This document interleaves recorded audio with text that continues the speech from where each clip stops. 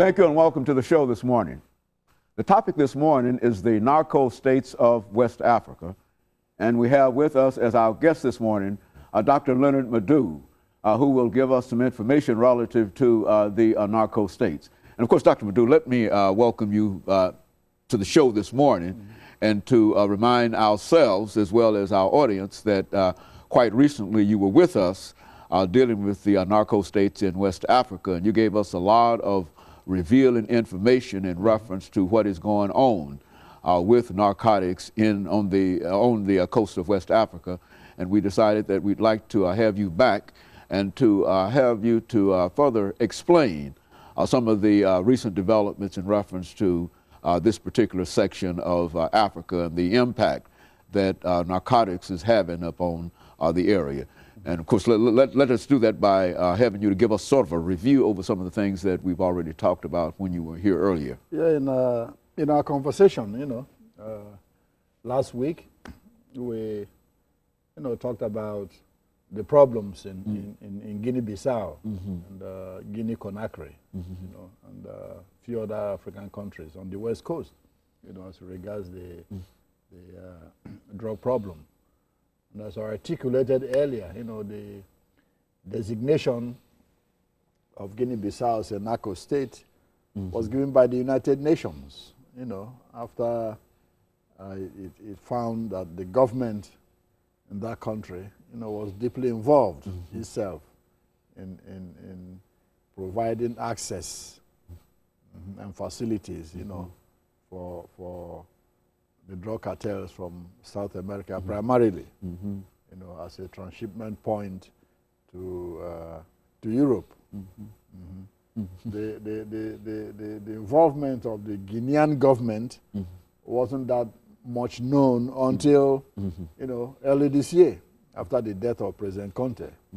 When the army took over, and his son and other government officials came out and confessed that indeed the government of President Conte had been involved directly in the transshipment of cocaine, to Europe.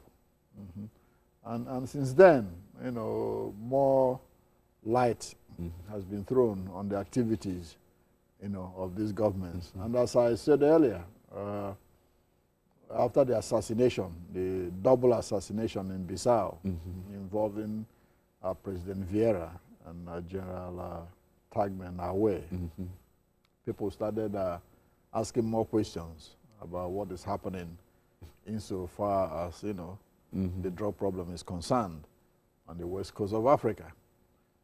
Some uninformed, people think that these drugs are grown, Good, okay, grown in Africa and manufactured in Africa, which of course anybody would think so, given the amount of drugs there. But it's not true. These countries on the west coast of Africa primarily serve as a transshipment point to European countries. And one would ask, why?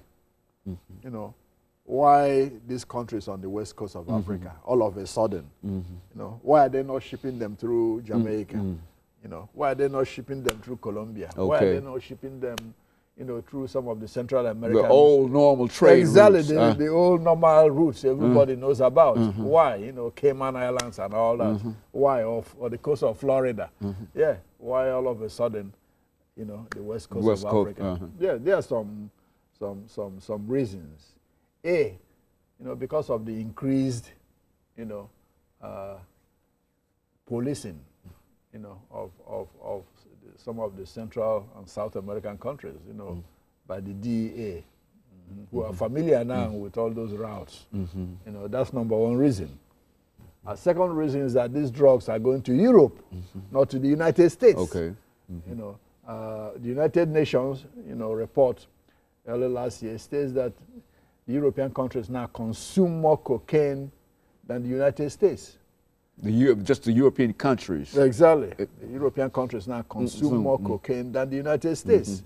So in order to get that cocaine to Europe quicker, they had to ship those you know, the drugs through Brazil or some Latin American countries across the Atlantic Ocean direct to Bissau and the west coast of Africa. See, that's the second reason. The third reason is the institutional weakness of these countries. And of course, Dr. Madu, let us stop for this first commercial break, dealing with the institutional weaknesses of these countries, and we'll come back and we'll allow you to pick that up. And of course, we'll be back with our audience following this very, very short commercial break.